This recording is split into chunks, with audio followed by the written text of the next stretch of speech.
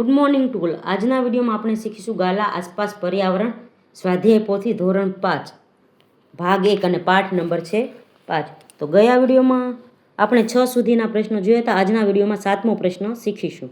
તો 7મો પ્રશ્ન છે, નીચે આપેલા વૃક્ષોના બીજને શું કહેવાય છે? તો લીમડાના બીજને લીંબોળી, આંબલીના બીજને કચુકા, બોરડીના બીજને ઠળિયો, આંબાના બીજને ગોટલી, વડના બીજને ટેટા. નીચે આપેલા બીજનો રંગ અને દેખાવ લખો.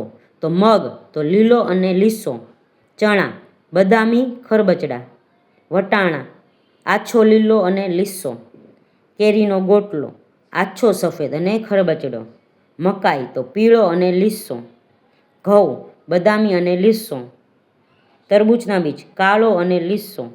પછી છે લીંબોળી તો પીળા સપડતો લીલો, પીળાશ પડતો લીલો અને ખરબચડો. નીચે છે દરેકના બે બીજના નામ લખો. તો રસોડામાં મસાલા તરીકે વપરાતા બીજ તો કાળા મરી અને જીરું, શાકભાજીના બીજ તો ભીંડા અને ટમેટા, ફળોના બીજ તો સંતરા ને કેરી, હલકા બીજ તો જીરું અને વરિયાળી, ચપટા બીજ તો તરબૂચના બીજ અને કારેલાના બીજ. આગળ છે નીચેનામાં બીજનું અનાજ, કઠોળ અને તેલીબિયામાં વર્ગીકરણ કરો. તો પેલું અનાજમાં બાજરી, ઘઉં, જુવાર અને અનાજ. પછી કઠોળમાં મગ, ચણા, મકાઈ, વાલ, મઠ. તેલીબીમાં તલ, એરંડો અને રાઈ. આગળ છે નીચેના બીજનું પાણી દ્વારા ફેલાતા, પવન દ્વારા ફેલાતા, પ્રાણી પક્ષીઓ દ્વારા ફેલાતા બીજમાં વર્ગીકરણ કરો. તો પહેલું છે પાણી દ્વારા ફેલાતા બીજ તો નારિયેળી, રજકો, તકમરિયા. બીજું પવન દ્વારા ફેલાતા બીજ આકડો, શીમળો, કણજી ને ડોડી. પછી છે પક્ષી પ્રાણીઓ દ્વારા ફેલાતા બીજ તો જામફળ, ગોખરું, વાડરું, અંધેડી અને વડ.